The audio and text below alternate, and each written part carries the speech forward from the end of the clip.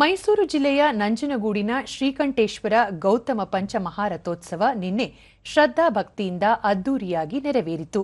ಮುಂಜಾನೆ ಮೀನಲಗ್ನದಲ್ಲಿ ಪೂಜಾ ವಿಧಿವಿಧಾನಗಳೊಂದಿಗೆ ಶ್ರೀಕಂಠೇಶ್ವರ ಸ್ವಾಮಿಯ ಉತ್ಸವ ಮೂರ್ತಿಯು ಗೌತಮ ಪಂಚರಥೋತ್ಸವಕ್ಕೆ ಚಾಲನೆ ದೊರೆಯಿತು.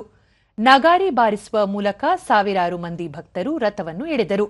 ಗಣಪತಿ, ಶ್ರೀಕಂಠೇಶ್ವರ, ಪಾರ್ವತಿ ದೇವಿ, ಸುಬ್ರಹ್ಮಣ್ಯ, ಚಂಡಿಕೇಶ್ವರ ಸ್ವಾಮಿ ರಥಗಳು ಪಾಲ್ಗೊಂಡಿದ್ದವು.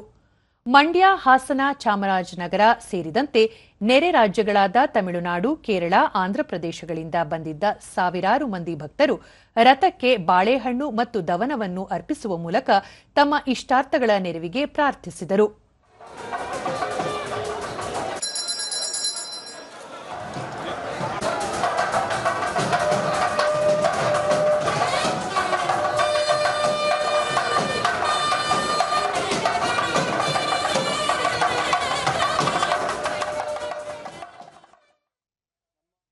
ಬಳಿಕ ಶಾಸಕ ದರ್ಶನ್ ಧ್ರುವನಾರಾಯಣ, ಗುರು ಹಿರಿಯರ ಸಲಹೆ ಸೂಚನೆಯಂತೆ ನಂಜನಗೂಡಿನಲ್ಲಿ ದೊಡ್ಡ ಜಾತ್ರೆ ಯಶಸ್ವಿಯಾಗಿ ನಡೆಸಲಾಗುತ್ತಿದೆ.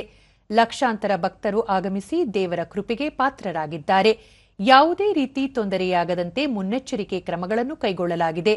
ಸ್ವಾಮಿಯ ಆಶೀರ್ವಾದದಿಂದ ಕ್ಷೇತ್ರದ ಅಭಿವೃದ್ಧಿಗೆ ನಿರಂತರವಾಗಿ ಶ್ರಮಿಸಲಾಗುವುದು ಎಂದು ತಿಳಿಸಿದರು.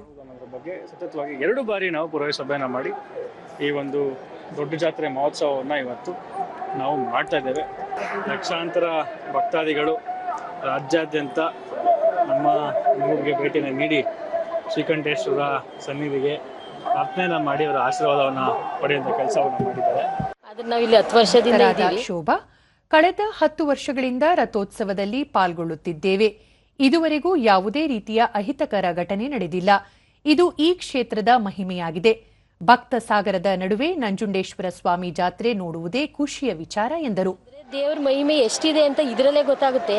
ಯಾವುದೇ ಒಂದು ಅಹಿತಕರ ಘಟನೆ ನಡೆಯಲ್ಲ ಸರ್. ನಮ್ಮ ನಂಜುಂಡಪ್ಪ ಮಹಿಮೆ ತುಂಬಾ ಅಪಾರ. ಸಖತ್ ಖುಷಿ ಆಗುತ್ತೆ ಸರ್. ತುಂಬಾ